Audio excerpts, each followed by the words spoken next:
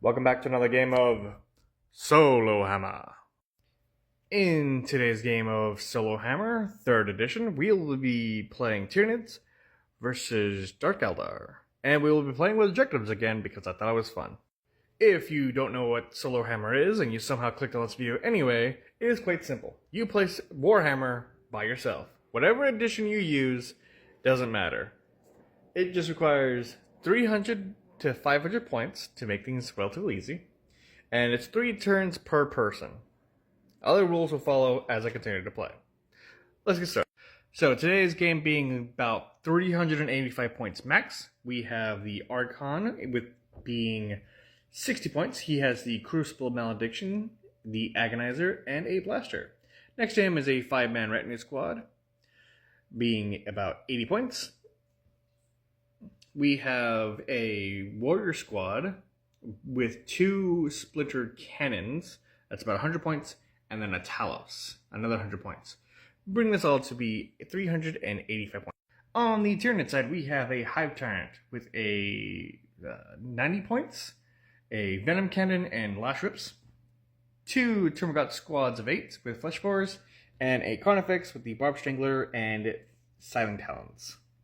Wrapping it all to about 383 points. So almost 385, but perfectly a good size for any game of SoloHammer. Now to tweak things from last game, you will not receive a point based on if you are standing on a objective marker. You will only get a point if based on the cards you pull, and you will be able to pull 3 cards of objectives per turn, and the amount of points received from defeating a unit.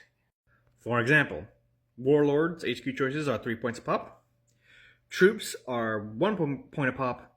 And everything else is 2 points a pop.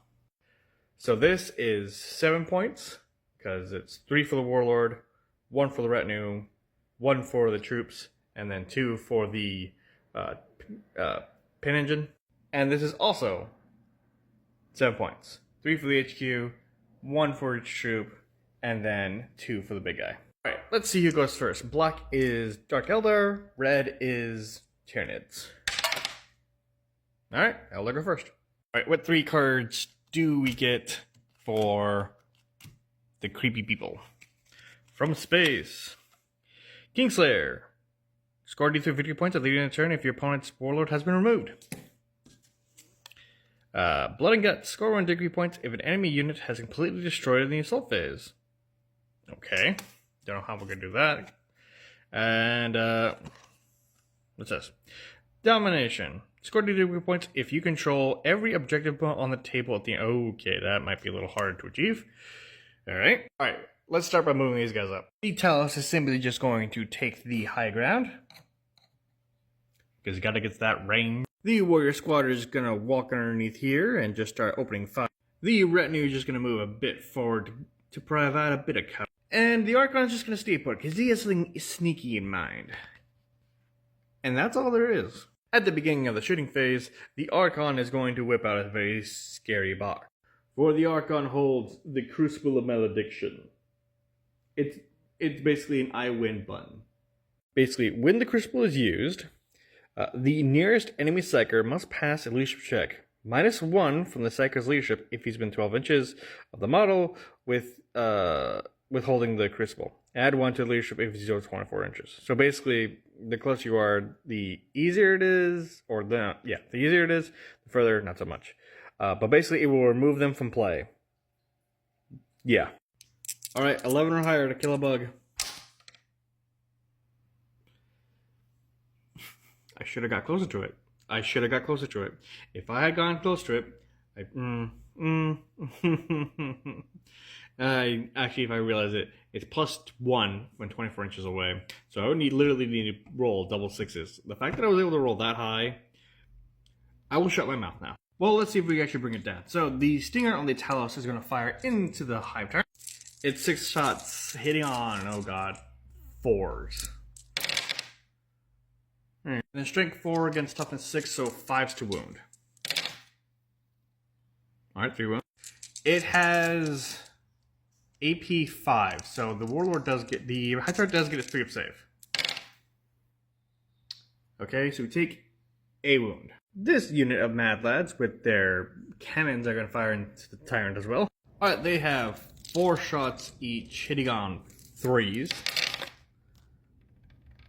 That's nice. Sadly, only wounding on 6s. Okay, that's nice. Another 3-up save. Oh, okay. Takes 1 wound. The 8 remaining will fire their splinter rifles. It's basically the same thing. 3s to hit. Alright.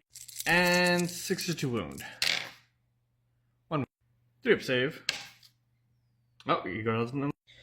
These 5 Mad Lads are going to fire their shots into the hive turret because it's just 1 wound. Come on. 3s to hit. Could have been better. 6s to wound. Never mind. So close. So bloody close. Well, with 2 far away, to actually charge them because you have to have 6 inches to charge. So let's see. Were we able to get Kingslayer? No. Were we able to get Blood and Guts? No. Domination? No. Okay. These are discarded at the end of your turn if you can't make them. So, yeah. They weren't also able to make any kills, so 0-0, Tyranids turn 1. Before we start moving, let's see what the Tyranids get in their pile of... Do you mind? Let's see. Scare the Sky. Score. We don't have any flyers, so I'm going to remove that. Heresy. Secure Objective 6. Yeah, that shouldn't be so hard. Demolition. Score doing 2 points. We don't have a gun placement. Ah! I should really get rid of some of these cards. Score 1 to point if the enemy unit has completely destroyed during the shrink phase. I might be able to do that. And finally, Wind Hunter. Score like they don't have an enemy psyker. Ah! Alright. Score 1 victory point if you control objective marker 3. Well, that might be a bit harder. We're going to start hauling ass, so let's move. We moved the Hive Tyrant into cover. I don't know how useful it's going to be because cover is 4 up versus 3. It doesn't need the line of sight. That unit of Gaunts has moved up just so they can provide a bit more cover and fodder. The Carnifex has moved up to get line of sight. And these Hormagaunts have moved up just so they can get a little bit further. I want to see how fast they can get this sucker. In the shooting phase, these Gaunts are going to be using their Fleet of Claw ability, which makes them move, is it D6? Move another D6, okay. 5 inches, lovely. I just realized I won't be able to actually get them into combat this turn because they're so far away. So moving them wouldn't even get them closer to Objective 3. Yeah, whatever. The Gaunts are going to fire their flesh borers into that unit of war attacks, hitting on 4s. Wow, now single 3 blow. Strength 4 weapon against toughness 3, so 3s to wound. Alright, all but 1. 5-up save. Yikes. just yikes. 6 dudes are dead. I forget how squishy these guys are. So that took out the 2 cannons and like 4 other guys. That is oddly interesting. This might be the first Tyranid victory I have. Huh. Alrighty then. I do apologize what I'm going to do next, but the Convicts does have the Barb Strangler, and it's an ordnance weapon. Which means it uses one of those suckers. Our goal today is to fire this sucker on top of this. Well, trying to at least. Which means we gotta roll the scatter die. Oh, it's a direct hit. Lovely. Sadly, a direct hit does nail 2 other warriors underneath it too. Strength 8 against toughness 7, so 3s to wound. Wounds. It has no AP, but the Talus does get a 3-up save. He's fine. The poor buggers underneath it though. Strength 8 against toughness 3. That's 2s.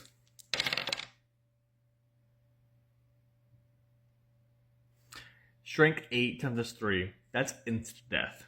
They're melted. And the Hive Tyrant does have line of sight on those warriors, so Venom Cannon. The Hive Tyrant needs force to hit, because Blitz skill 3. Yeah. The Venom Cannon adds 2 to the strength, so it goes from 6 to 8, so against toughness 3, so 2s. And that is instant death, so that one is also dead. And nothing else is in range, so that is the end of the shooting phase, which means that poor bastard needs to take a leadership check.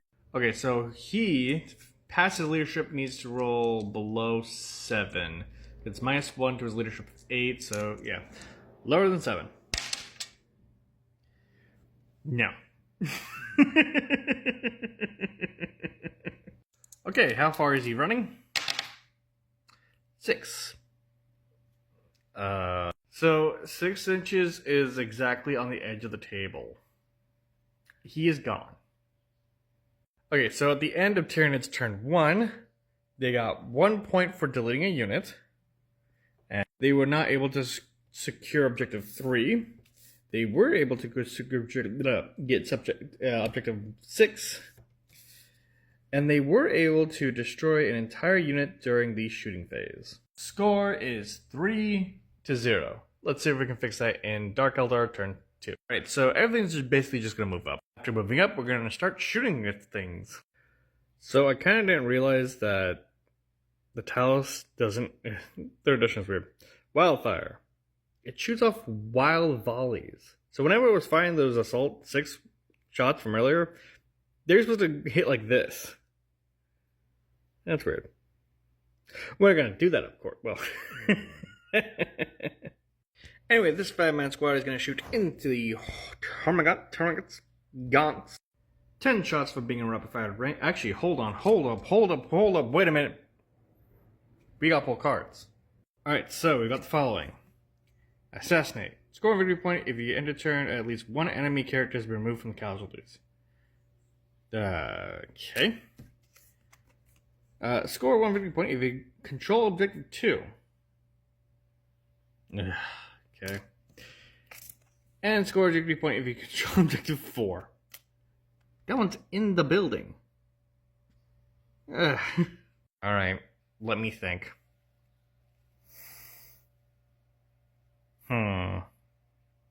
Anyway, this unit is going to fire into this.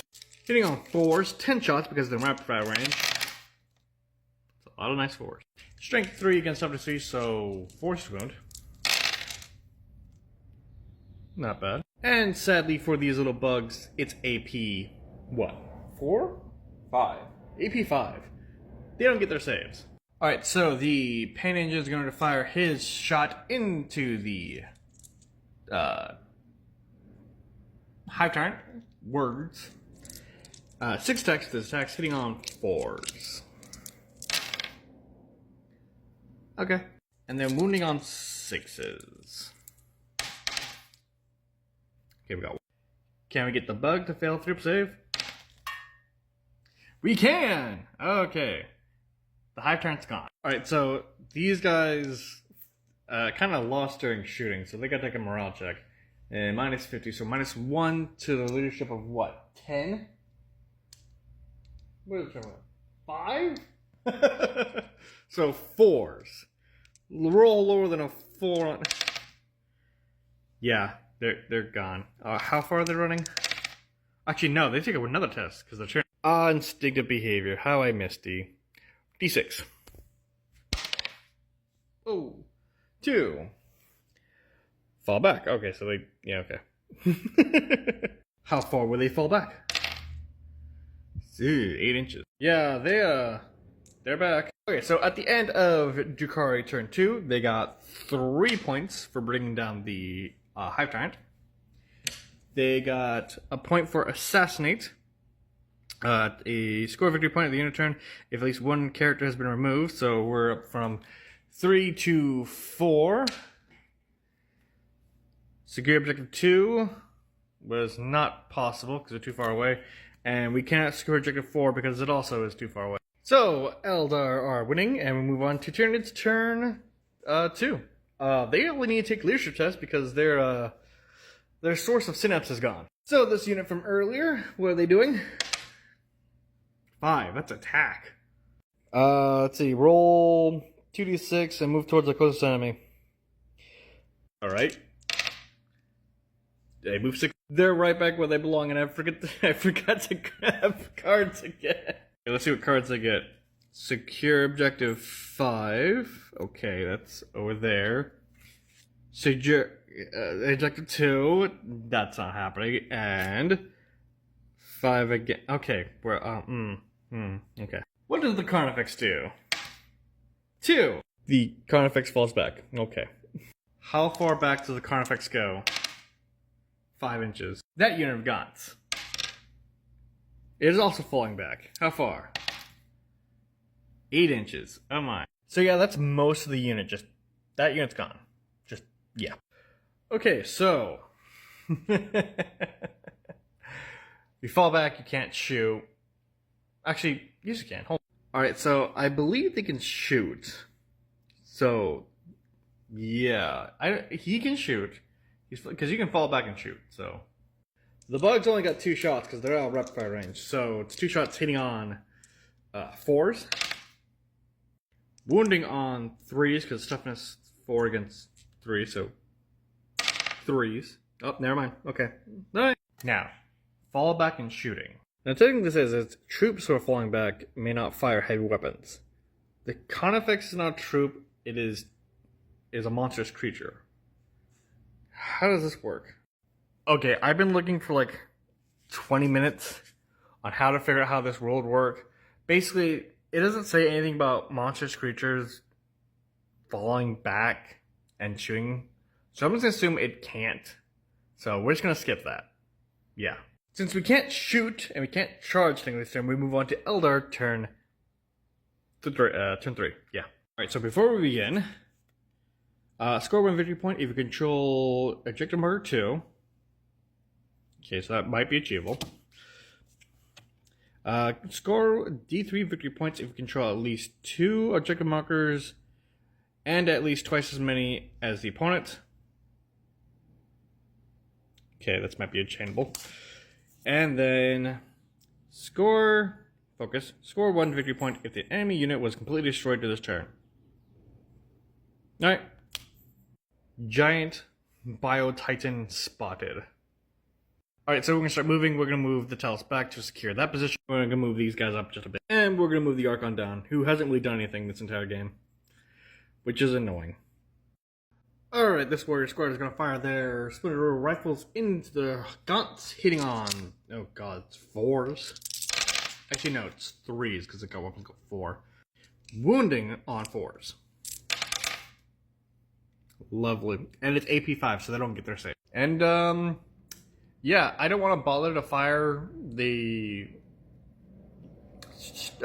stinger from the Talus into the Carnifex because A, it's 24-inch range shot, and I don't think you even have that range. I just double checked. We do have that range, but it's strength, what? 4 against toughness, like 8? 6? Yeah, it's not worth it. But at the end of Dark Eldar turn 3, their last turn, let's see what we get. Secure objective 2. We have it. So that gives us plus 1 point.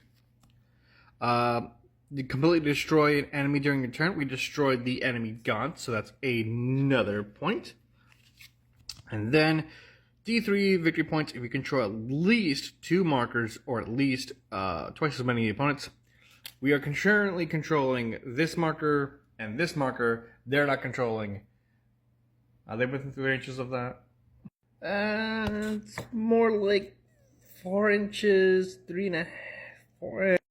I think we got this. It's 1 for destroying the unit, and then it's 2 for holding that objective, and then another 1 for scoring no prisoners, and then I think this is a Dark Eldar victory.